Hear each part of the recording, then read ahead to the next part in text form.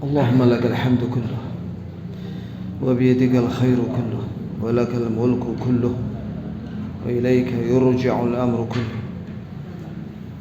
أنت رب الطيبين وخالق الخلق أجمعين، وما من دابة في الأرض إلا على الله رزقها ويعلم مستقرها ومستودعها كل في كتاب مبين. أشهد أن لا إله إلا الله وحده لا شريك له، وأشهد أن محمدا عبده ورسوله صلى الله عليه وعلى آله وصحبه ومن تبعهم بإحسان إلى يوم الدين وسلم تسليما كثيرا.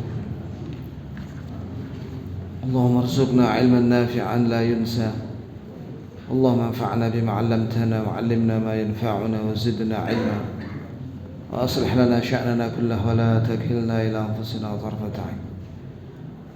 ثم أما بعد. Berkata penulis kitab Minhajul Firqatin Najiyah, Namadij min al-hadits al-mawdu'ah, contoh-contoh dari hadits-hadits yang palsu. Yang pertama di sini, innallaha qabada qabdatan min nurihi faqala laha kuni Muhammadan. Ada hadis palsu berbunyi, sungguh Allah telah menggenggam dari sebagian cahayanya, ini cahaya Allah. Kemudian Allah berkata, jadilah kamu Muhammad. Ini adalah hadis palsu dan ini batil, dan ini masuk kategori syirik. Ya, kalau ini cahaya di sini bagian daripada Allah Subhanahu wa taala. Ya. Karena wajah Allah itu bercahaya. Kalau yang dimaksud dengan cahaya itu adalah cahaya yang ada di wajahnya, itu bagian daripada Allah Azza wa Jalla, maka ini syirik. Maka dengan sebab hadis palsu ini, ada sebagian orang meyakini bahwa makhluk pertama itu adalah Nabi Muhammad. Hal ini bertentangan dengan Al-Quran dan hadis yang sahih, bahwasanya makhluk yang pertama kali Allah ciptakan adalah arsy. Ada lagi yang berpendapat adalah pena. Ya awwalu ma khalaqallahu al-qalam. Thumma qala lahu uktub. Famadha aktub? Qala famadha aktub? Qala uktub ma huwa kain ila yaumil qiyamah. Sesungguhnya yang pertama kali Allah ciptakan dari makhluk adalah pena. Setelah itu Allah berfirman kepada pena itu, tulislah. Maka pena itu bertanya, apa yang saya tulis? Maka Allah menjawab, uktub semua yang akan terjadi, ya, yang akan aku ciptakan, gitu maksudnya, sampai hari kiamat. Ada lagi yang berpendapat bahwa makhluk yang pertama kali Allah ciptakan adalah arsy. Jadi ketika Allah Azza wa Jalla sudah menulis semua takdir, kataballahu maqadirul khalaiq qabla an yakhluqa as-samawati wal ardh bi 50,000 sana, bahwa Allah telah mencatat seluruh takdir makhluk dan itu sudah rampung di Lauhil Mahfuz sebelum Allah menciptakan langit dan bumi 50,000 tahun sebelumnya. Wa kana 'arshuhu 'alal ma', dan adalah arsy Allah di atas air. Maka di situ ulama ahli sunnah berbeda pendapat, makhluk yang pertama kali Allah ciptakan apakah arsy atau pena. Adapun manusia pertama yang Allah ciptakan adalah Nabi Adam. Hal itu berdasarkan firman Allah Azza wa Jalla dalam surah An-Nisa ayat 1, ya ayuhan nasu taqu rabbakum alladzi khalaqakum min nafsin wahidah wa khalaqa minha zawjaha wa batha minhuma rijalan katsiran wa nisaa. Wahai manusia, takutlah kalian kepada Rabb kalian yang mana Allah telah menciptakan kalian dari satu jiwa, yaitu Nabi Adam. Kemudian Allah menciptakan istrinya dari tulang rusuk Nabi Adam. Setelah itu Allah menciptakan keturunan yang banyak, laki dan perempuan, dari Nabi Adam dan Hawa. Jadi berdasarkan ayat itu sepakat para ulama bahwa manusia yang pertama kali Allah ciptakan adalah Nabi Adam, bukan Nabi Muhammad. sallallahu alaihi wasallam. Nabi Muhammad sallallahu alaihi wasallam adalah salah satu dari keturunan Nabi Adam alaihissalam. Kemudian hadis palsu berikutnya, oh ya sebentar, kalimat ini, hadis palsu ini, dengan sebab hadis palsu ini lahirlah tarekat namanya Nur Muhammad. Jadi tarekat Sufi Nur Muhammad itu awalnya dari hadis palsu ini.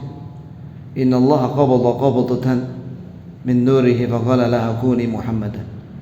Sungguh Allah telah menggenggam dari cahayanya, kemudian Allah berfirman kepada cahaya itu, jadilah kamu Muhammad. Maka lahirlah tarekat Sufi namanya Nur Muhammad.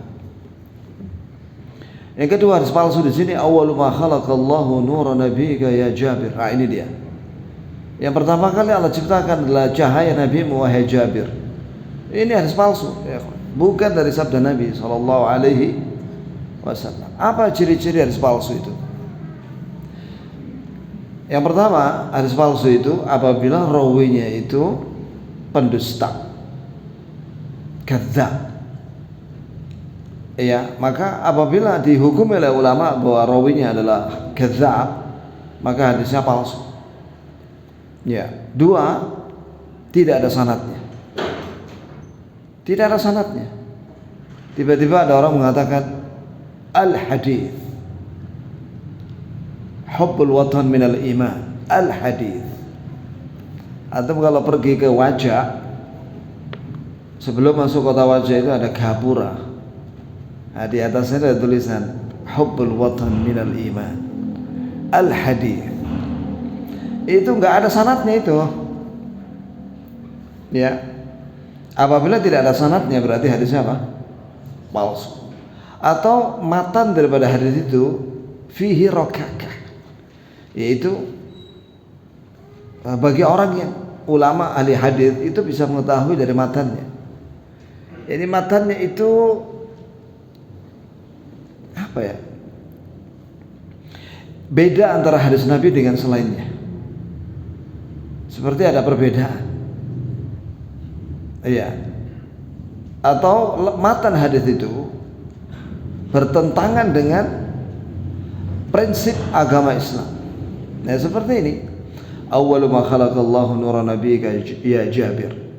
Bahwa yang pertama kali makhluk yang Allah ciptakan adalah cahaya nabimu wahai Jabir. Nah, ini bertentangan dengan Quran dan Sunnah. Yang pertama kali Allah ciptakan adalah pena atau arsy.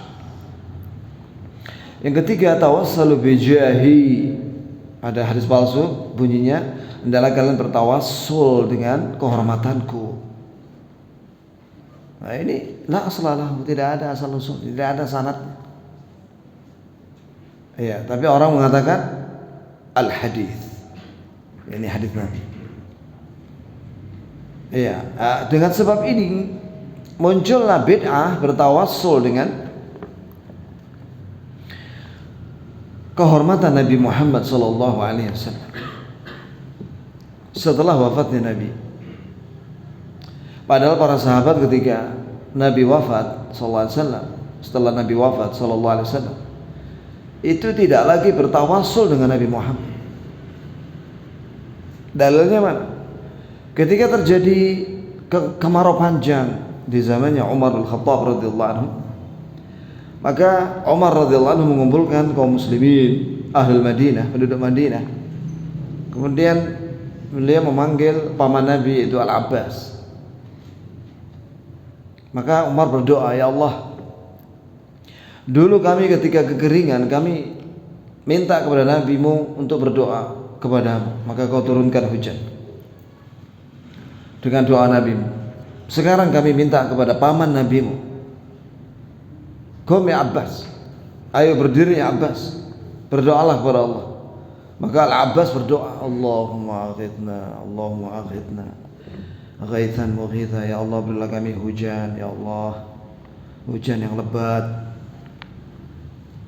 Umar mengaminkan, amin, amin. Langsung hujan setelah itu. Jadi tidak ada riwayat satupun bahwa sahabat mendatangi kubur Nabi untuk bertawassul dengan Nabi, menjadikan Nabi sebagai perantara sepeninggal Nabi, itu tidak ada.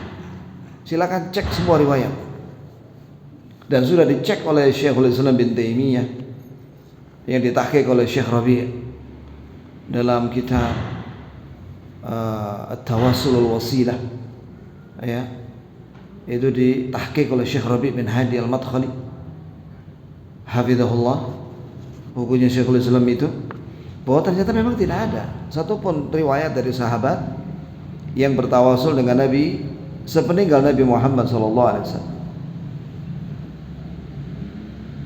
Lau kana khairan lasabaquna ilaih.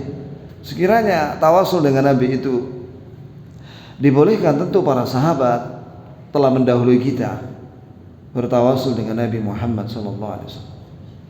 Ternyata tidak ada. Kemudian yang keempat, man hajja falam yazurni faqad jafani. Qala bi wad'ihi al-Hafidz Adz-Dzahabi.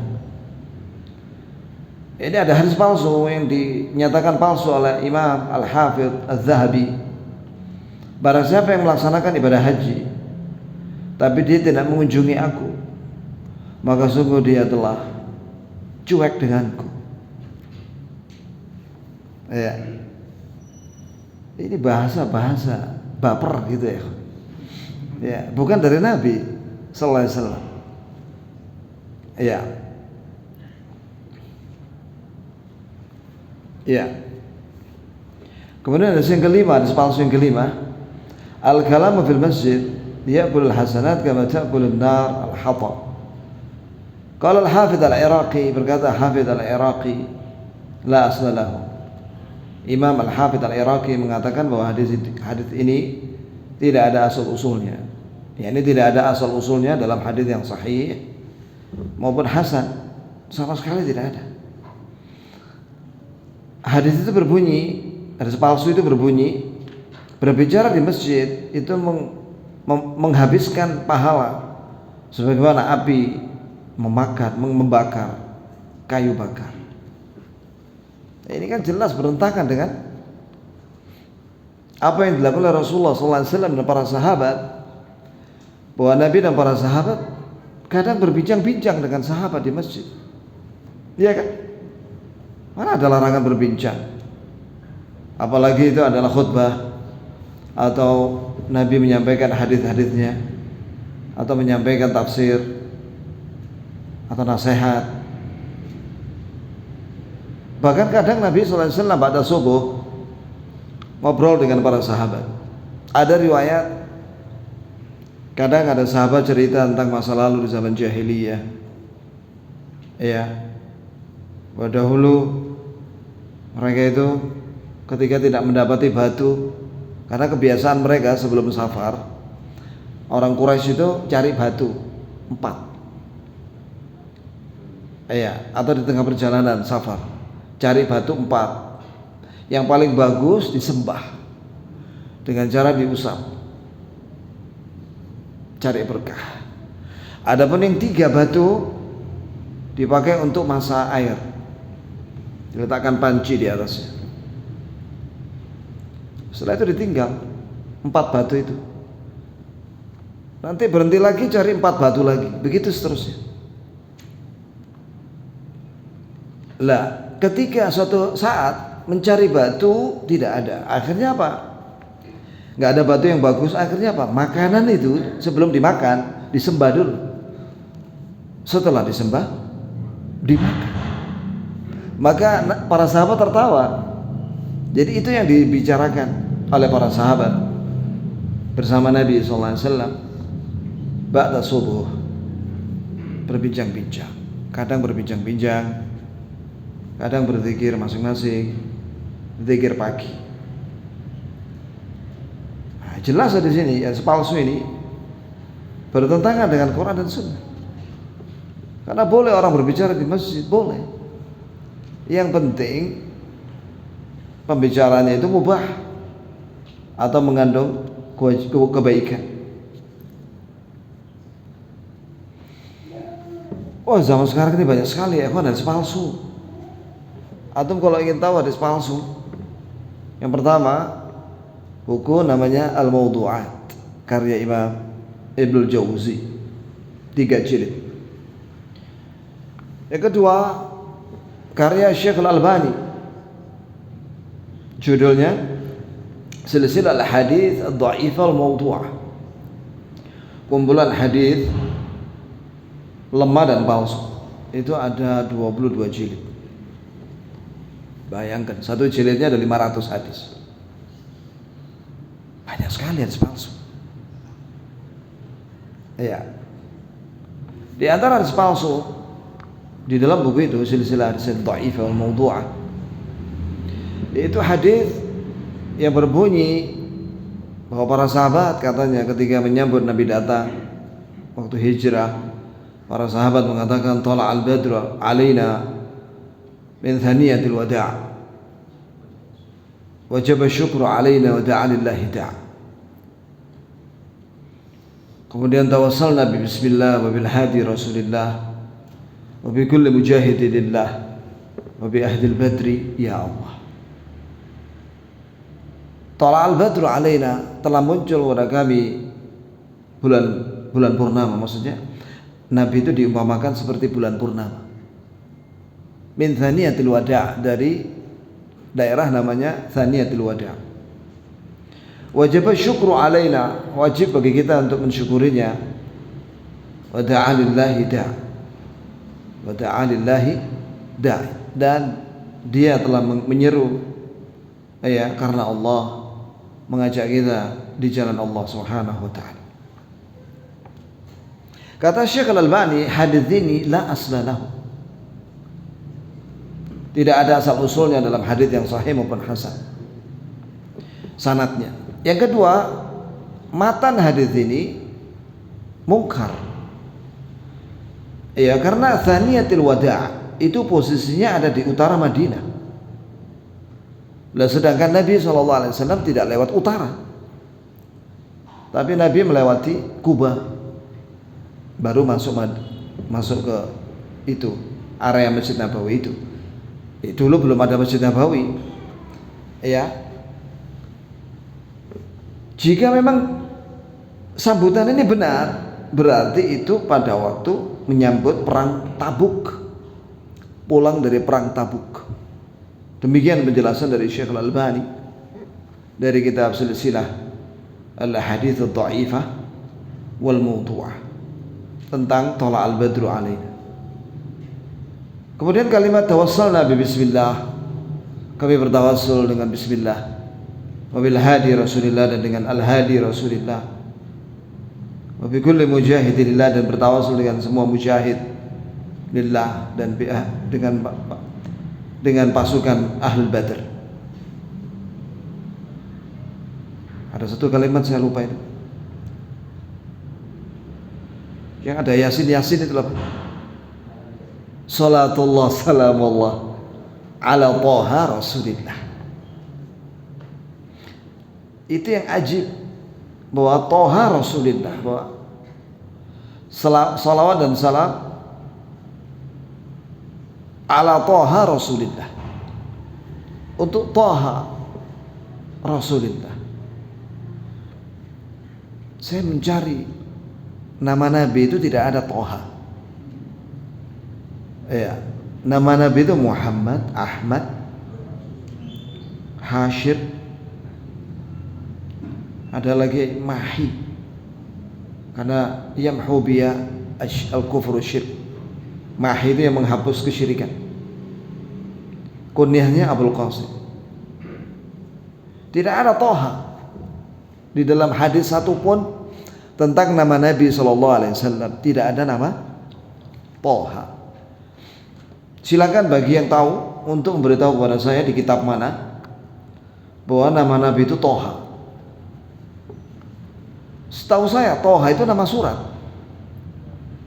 Taha, iya kan? Huruful muqatta'ah, huruf-huruf yang terputus-putus di sebagian surat, di awal surat dalam Al-Quran. Itu kata Ibnu Katsir menukil perkataan Ibnu Abbas radhiyallahu anhuma, hadza mimma ista'thara Allah bi'ilmihi bahwa huruf-huruf yang terputus-putus di awal surat, di sebagian surat dalam Al-Quran, itu maknanya hanya Allah yang tahu. Hanya Allah yang tahu. Nah kalau Toha itu nama lain dari Rasulullah Muhammad SAW, lah bagaimana dengan Alif Lam Mim, Alif Lam Ra, Yasin, apalagi Kaf Ha Ya Ain Shad, Shad, Qaf. Bisakah menerangkan kepada saya bagaimana kaitannya Toha dengan Alif Lam Mim? Pasti nggak bisa jawab. Dan tafsir yang benar, ya tafsir Ibnu Abbas itu, ini diterangkan oleh Ibnu Katsir. Tapi ini masyhur di kalangan kaum muslimin. Tala al-badru alaina itu. Bahkan sampai itu dinyanyikan oleh tim rebana dan qasidahan waktu acara menyambut mempelai pria ketika mau datang gitu. Tola'an, oh gitu ya Pak. Ya. Allah musta'an. Setelah mereka datang, pengantin ini mau duduk di tempat yang ijab kabul itu, dilempari beras dulu. Oh, beras lempar. Ya Allah. Untung kita orang nggak kena kelilipan ya, akhi. Ya. Aneh-aneh aja orang mau nikah mau dilempari beras itu. Apa maksudnya apa itu? Saya sampai sekarang nggak paham itu. Kalau dikasih permen sih nggak apa-apa ya kan? Nah itu loh permen ya. Anak-anak kecil seneng lah permen itu ya. Nah ini beras ini mentah itu loh beras. Dilempar. Untungnya kita orang pakai kacamata ya. Jadi nggak kena kita orang. Alhamdulillah kita orang yang barengi maksudnya. Barengi pengantin ya. Oh jangan itu lah ya. Itu ya. Enggak, saya nggak pengalaman begitu. Cuman waktu mengantar orang menikah itu maksudnya. Baik. Bab berikutnya, kaifa nazurul kubur. Bagaimana kita ziarah kubur? Qala sallallahu alaihi wasallam, inni kuntu nahaitukum an ziyaratul kubur fazuruha latudzakkirakum ziyaratiha atau ziyaratuha khairan. Rawahu Muslim. Kata Nabi SAW, sesungguhnya dulu saya melarang kalian dari mengunjungi kuburan. Maka sekarang kunjungilah kuburan itu agar kalian ingat dengan mengunjunginya kebaikan. Dalam satu riwayat, tudzakirukumul akhirah, mengingatkan kalian dengan akhirat, yaitu kehidupan akhirat. Faedah daripada hadis ini, itsbatu an-nasikh wal mansukh, penetapan adanya nasikh wal mansukh dalam Islam. Jadi ada yang menghapus, ada yang dihapus hukumnya. Yang dihapus apa? Larangan mengunjungi kuburan. Nah yang menghapus, nah ini sabda Nabi, kunjungilah kuburan itu karena itu mengingatkan kalian dengan kematian atau kehidupan setelah mati, yaitu akhirat. Nah ini lafadznya umum di sini ya kawan, baik laki maupun perempuan. Tapi khusus untuk perempuan ada hadis lagi. Nabi SAW menyatakan, la'anallahu zawaratul kubur. Allah melaknat wanita yang sering-sering mengunjungi kuburan.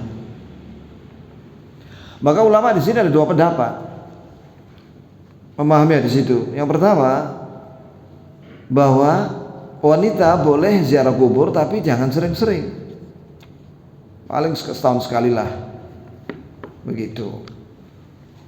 Pendapat yang kedua, yaitu ulama mengharamkan wanita ziarah kubur dengan hadis itu juga. Dan juga karena ada riwayat bunyinya begini, la'anallahu zairatul kubur, Allah melaknat wanita yang mengunjungi kuburan. kalau itu jelas sudah. Yang rojih yang mana ya akhi? Saya pilih pendapat yang pertama. Wanita itu boleh ziarah kubur, tapi tidak sering-sering. Dalilnya ini, dua-duanya terkumpul sudah. Fazuruha, kunjungilah kuburan itu, karena ini manfaat juga buat wanita, supaya dia ingat mati juga, ingat kehidupan setelah mati, supaya dia beramal soleh. Adapun zawarat tadi itu, yaitu wanita yang sering-sering. Berarti kalau nggak sering boleh. Begitu jamaah sekalian. Hikmah wanita jangan sering-sering ke kuburan, karena wanita itu lemah, baperan, khawatirnya nanti putus asa dia, karena dia kehilangan orang yang dicintai. Khawatirnya apa nanti? Dia nanti putus asa, nangis saja, ya tajaddad, sehingga teringat terus musibah kematian itu. Nah, ini kan tidak bagus. Kemudian yusannu salam ala al-amwat wa du'a lahum 'inda ad-dukhul. Disunahkan mengucapkan salam kepada mayat yang ada di kuburan dan mendoakan mereka ketika masuk. Faqad 'allama ar-rasul sallallahu alaihi wasallam ashabahu, bahwa Rasulullah sallallahu alaihi wasallam mengajari kepada para sahabatnya untuk mengucapkan assalamualaikum ahlad diyar minal mu'minin wa inna insyaallah bikum lahiqun asallallahu lana wa lakum al-afiyah ay minal adab. Rawahu Muslim. Yang Nabi ucapkan adalah ketika kunjung ke kuburan, semoga Allah beri keselamatan pada kalian wahai penghuni kuburan dari kaum muslimin, mukminin. Dan kami dengan kehendak Allah nanti akan menyusul kalian. Jadi mati juga menyusul kalian. Maka saya minta kepada Allah buat kami dan kalian keselamatan dari siksa. Di sini menunjukkan bahwa kita itu kalau mengunjungi kuburan tujuannya adalah memberi manfaat buat mereka dengan mendoakan mereka. Bukan kita mengambil manfaat dari mayat-mayat itu dengan berdoa minta kepada mayat. Ini dilarang dan ini syirik. Kenapa kok musyrik? Karena mayat-mayat itu tidak bisa memberi. Kata Allah Azza wa Jalla, innaka la tusmi'ul mauta wa ma anta bimusmi'in man fil qubur. Kalian tidak bisa memperdengarkan suara kalian pada mayat-mayat itu, dan kalian tidak bisa memperdengarkan suara kalian dengan orang-orang yang ada di kuburan itu, yang di alam kubur itu. Makanya alam kubur dinamakan alam barzakh. Mayat itu hanya mendengar, yang baru dikubur hanya mendengar suara sandal orang-orang yang pulang, itu aja dia dengar. Apa nggak ngeri ya? Di alam kubur itu sendirian, gelap, ya kan, berhadapan dengan malaikat mungkar nakir yang seram memang dia. Disebutkan dalam hadis itu seram, menakutkan malaikat mungkar nakir itu. Sendirian loh, disuruh duduk dan ditanya, dan jawabannya harus benar. Kalau salah disiksa. Lah, ketika dimasukkan liang kubur itu, malaikat datang, malaikat mungkar nakir itu. Sebagian orang Islam yang mengantar dia pulang, dia mendengar suara sandal itu. Kayak apa coba? Perasaan. Ya, cuma itu yang didengar. Adapun perkataan manusia yang lainnya nggak didengar. Jadi jangan dikiaskan mendengar suara sandal berarti mendengar suara yang lainnya. Dari mana kias seperti ini? Ya, ada lagi pengecualian, yaitu yang Nabi ucapkan kepada Abu Jahal CS di sumur Badar. Jadi ada 7 tokoh Quraisy yang meninggal, yang terbunuh di medan perang Badar, itu dimasukkan dalam sumur, dikubur di sumur Badar sampai hari ini. Sebelum pulang Nabi berkata kepada mereka, bukankah kalian mendapati apa yang aku sampaikan? Kata Umar dan yang lainnya, apakah mereka mendengar ya Rasulullah saat itu? Mereka lebih dengar daripada kalian, sangat mendengar. Itu saja. Adapun yang lainnya enggak. Itu jamaah sekalian. Jadi kita memberi manfaat kepada penghuni kuburan dengan mendoakan mereka. Apakah itu bermanfaat? Sangat bermanfaat. Wallah, sangat bermanfaat.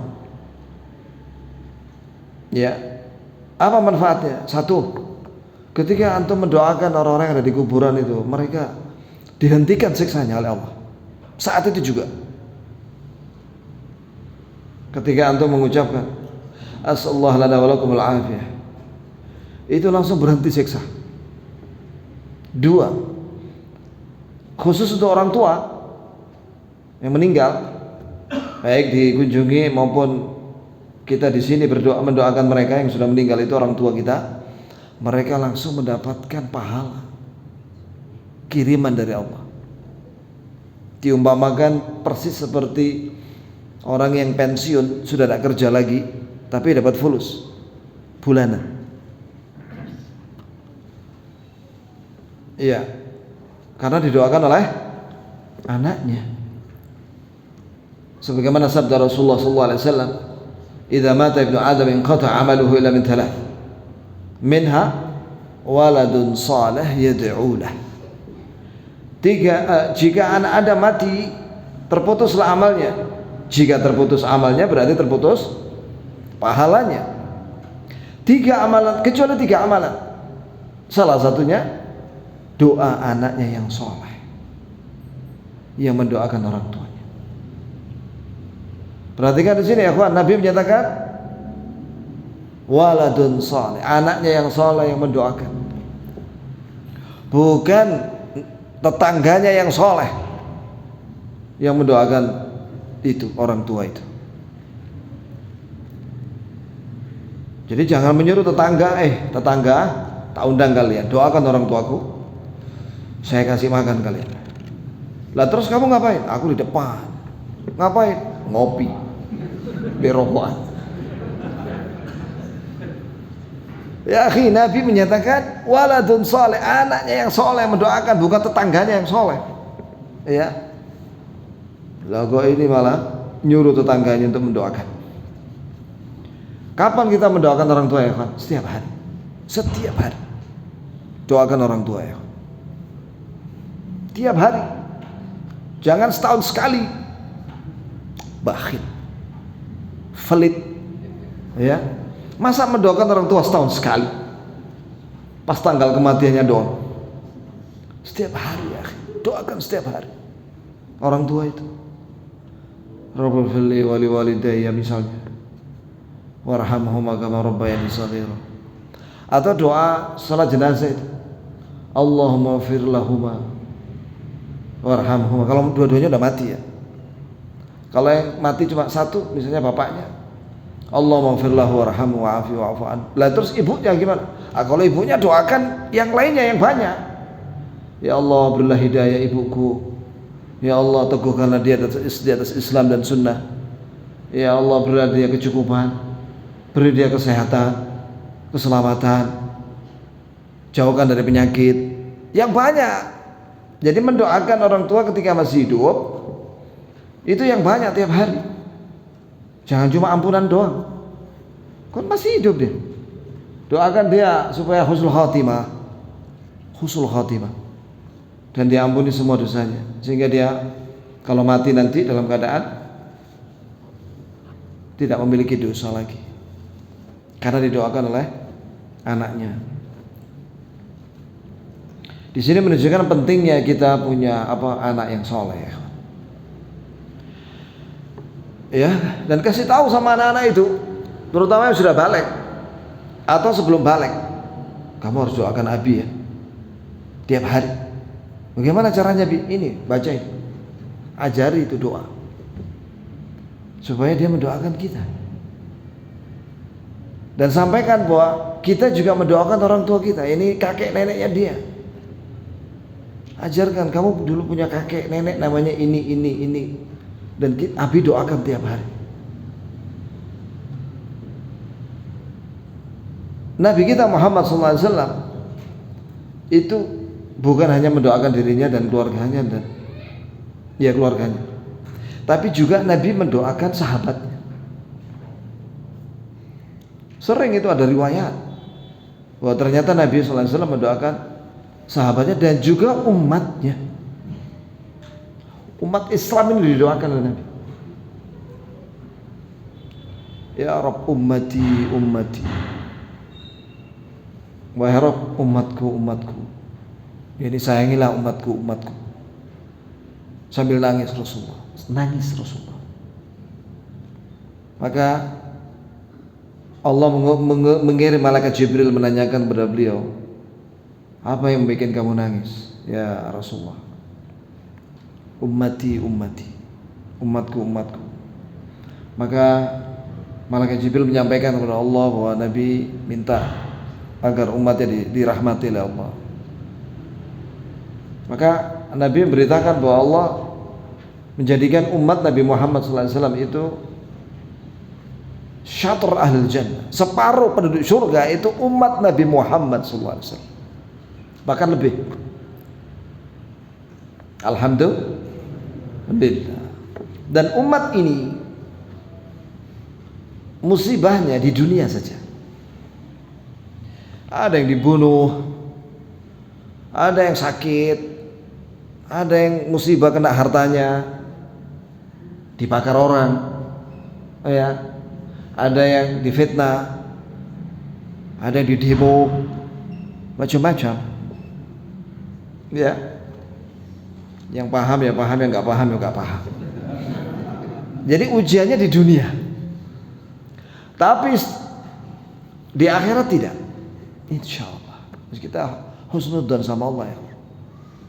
Jadi antum kalau misalnya ada orang Islam kena sakit, habis sakit sariawan ada 3 titik, ya, bulan depan berikutnya ternyata sakit pilek, setelah itu bulan depannya lagi batuk, maka ingatlah pesan dari Nabi bahwasanya hukuman terhadap umatku itu, dosa-dosa mereka itu di dunia saja. Kalau orang kafir, mereka semua kebaikannya itu dibalas di dunia, sehingga setelah mati tidak ada lagi pahala mereka. Yang ada adalah azab di alam kubur dan di akhirat selama-lamanya. Orang Islam walaupun dia ketusuk duri, ojo paku lah, duri dulu lah, yang paling kecil lah, ya, itu diampuni dosanya. Siapkan minyak zaitun. Nah, ini penting ya Pak. Minyak zaitun itu luar biasa. Antum luka-luka berdarah, segera olesi minyak zaitun. Tapi minyak zaitun yang higienis ya, bukan minyak zaitun yang dipakai untuk mijet uang itu. Bukan itu ya. Kayak mijet itu bukan. Kan butek ngono. Yang bening. Ya. Nah, itu yang biasa dipakai para tukang bekam itu. Wallah itu bagus sekali. Ibu-ibu juga yang biasa punya anak momoro delosor ya kan, berdarah-berdarah itu, oleskan aja minyak zaitun. Subhanallah, sembuh. Ya, Allah sembuhkan. Karena saya mengalami sendiri. Ya, ketancap besi dalam ya kan. Ambil Hansaplast, sebelumnya kasih minyak zaitun dulu, baru kasih Hansaplast, terus Hansaplastnya siram ono iku minyak zaitun, mampet. Subhanallah, Allah yang menyembuhkannya. Terus gak perlu orang dokter, gak mesti harus ke dokter ya. Iya kan? Siapkan zaitun di rumah, siapkan minyak zaitun sama Hansaplast di rumah, udah itu sudah. Bismillah, sembuh insya Allah. Tukang bekam itu ketika jojo antuk, pakai apa dia? minyak zaitun aja. Sembuh, subhanallah. Ajib ya. Wallah, minyak zaitun, zait al-mubarak, minyak yang diberkahi oleh Allah. Wattini waz zaitun. Kita kembali kepada firqatun najiyah ya kawan. Tidak apa-apa kita sampaikan itu karena manfaat buat antum. Karena kadang-kadang yang namanya manusia terluka, berdarah, ya. Kemudian, ya. Yang kedua di sini adamul julus alal qabr. Jangan duduk di atas kuburan. Maksudnya jangan duduk di kuburan yang di bawahnya ada mayat. Wa adam wata'i, dan jangan menginjaknya. Coba lihat ya kawan. Tidak boleh menginjak ya kawan. Nah ini orang-orang biasanya yang nguruk mayat yang diletakkan itu, diinjek-injek. Saya nggak pernah lihat pemandangan nginjek-injek itu di kuburan Baqi' di Madinah. Jadi bagaimana? Ya cuma diginikin aja sampai penuh, sampai setinggi segini lah. Ya, ini tanah ya. Nah segini, tingginya segini lah, atau lebih panjang sedikit, tenggilnya antum yang panjang itu. Ya. Nah terus dikasih tanda di bagian kepala, tancapkan di situ, nggak pakai nama. Apa sih namanya itu? Gak usah mahal-mahal lah, yang murah-murah aja, atau batu yang gede letakkan di situ, siapkan. Bolehkah di atasnya dikasih kayak semacam kerikil gitu? Nggak apa-apa. Nggak usah beli banyak kerikil ya, kerikil di atasnya situ yang banyak di situ. Udah, nggak perlu dikijing kijing. Nah, tidak perlu itu, tidak perlu dibangun, tidak perlu ya kawan. Tidak boleh diinjek ya kawan. Nah ini orang injek-injek itu, nggak perlu diinjek. Ini pesan dari saya ya, kalau saya mati jangan diinjek-injek ya. Amanat loh ini, wasiat loh ini. Nah itu ya. Saya sampaikan pada yang muda-muda gitu ya. Ya barangkali kita orang masih lama matinya gitu loh.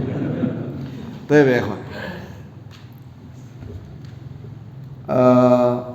kata Nabi SAW, la tusallu ilal kubur.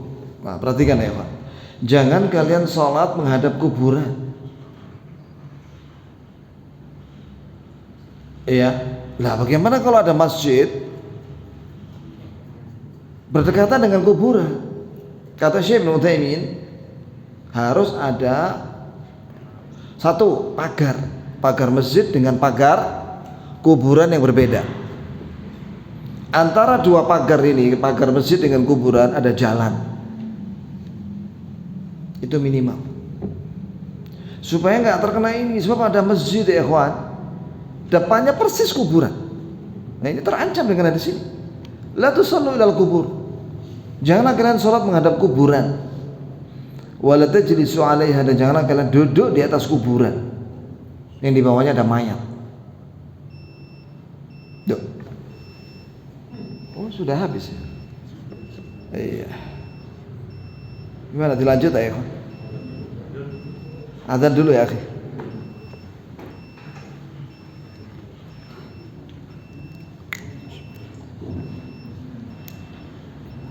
Allahu Akbar,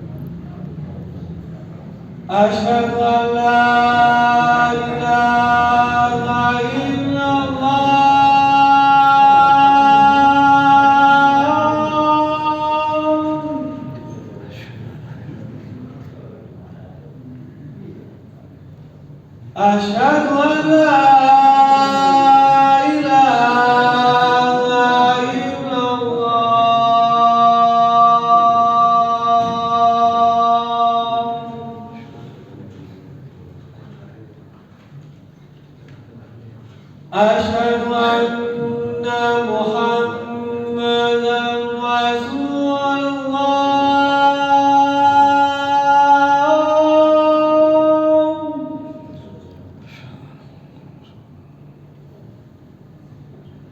أشهد أن محمدا رسول الله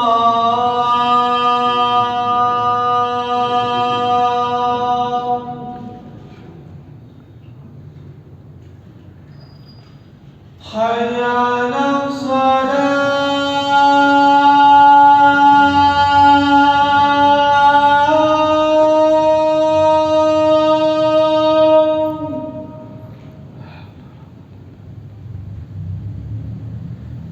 حي على الصلاة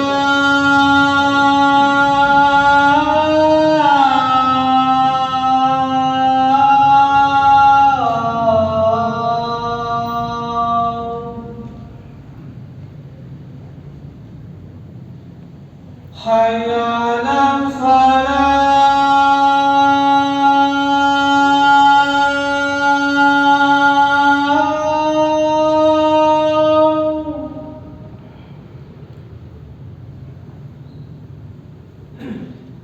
حي على الفلاح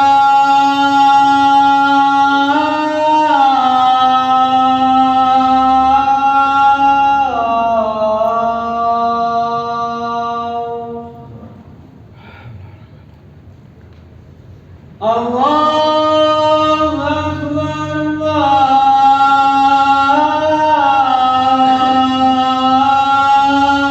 أكبر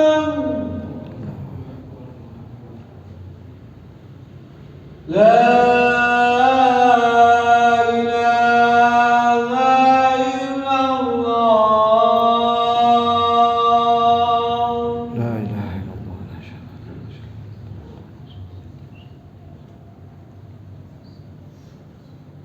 Jamaah sekalian, tadi saya teringat yang pakai zaitun tadi dan Hansaplast itu jika lukanya kecil aja.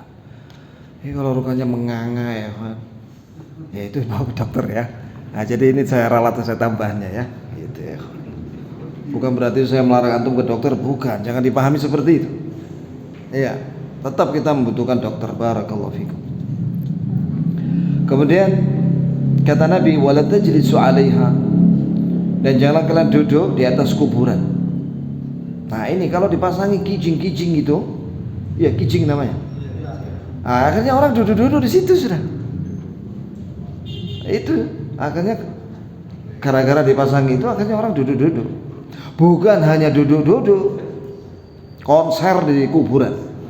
La haula wala quwata illa billah. Musibah ya. Ya. Nah, itu. Jadi Nabi melarang duduk di atas kuburan.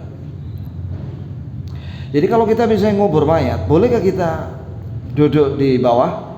Boleh kalau di bawahnya tidak ada mayat.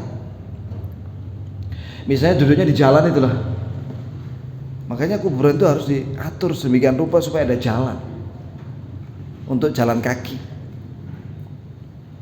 Jangan semuanya untuk mayat, orang nggak bisa lewat. Sehingga kalau pas ngubur mayat itu, masya Allah, ini jalan ya kan, melewati sela-sela kuburan itu, orang-orang injek-injek sudah itu. Nah ini coba diatur yang bagus supaya ada jalan. Taib. Yang ketiga, adamu tawafi haulul qabri binniyati taqarrub, yaitu tidak boleh tawaf mengelilingi kuburan dengan tujuan mendekatkan diri kepada mayat atau mendekatkan diri kepada Allah.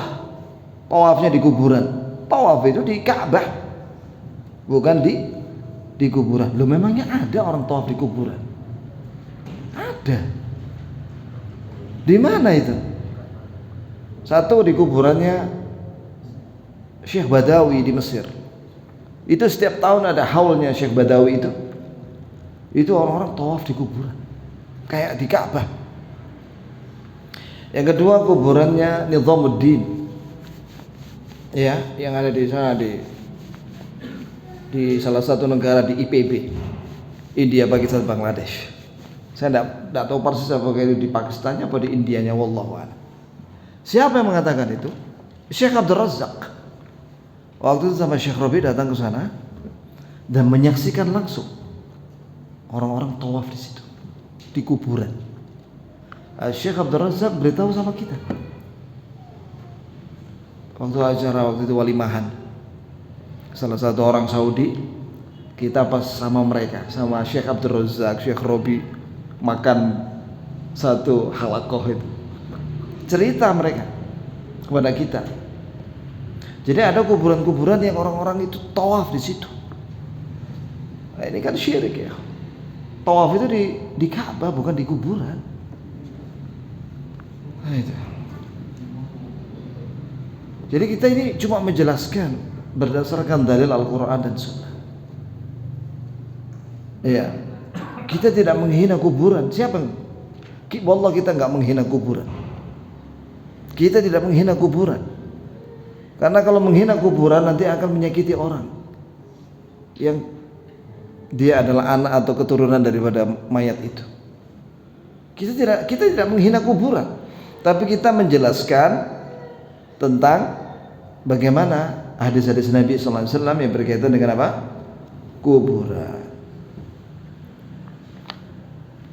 Ya insyaallah kita sambung di lain kesempatan biidznillah taala. Ingatkan saya ini ya, masih di poin yang ketiga. Insyaallah kita sambung lagi di lain kesempatan. Apa ada pertanyaan ya, kawan? Barangkali ada yang mau tanya.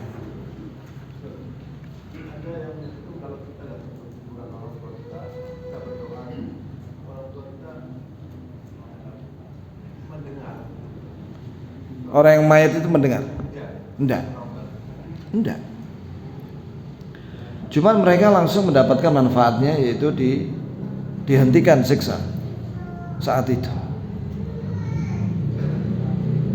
Kalau mendengar enggak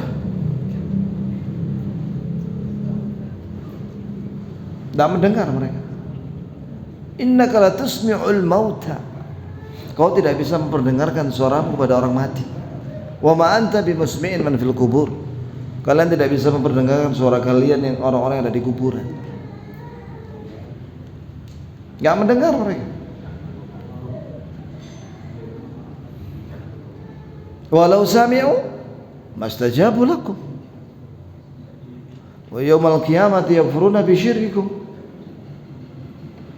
Sekiranya mereka mendengar, tidak bisa mereka mengabulkan permintaan kalian ketika kalian minta-minta sama mayat itu. Sekiranya mereka mendengar, mereka tidak bisa mengabulkan. Berarti mereka tidak mendengar.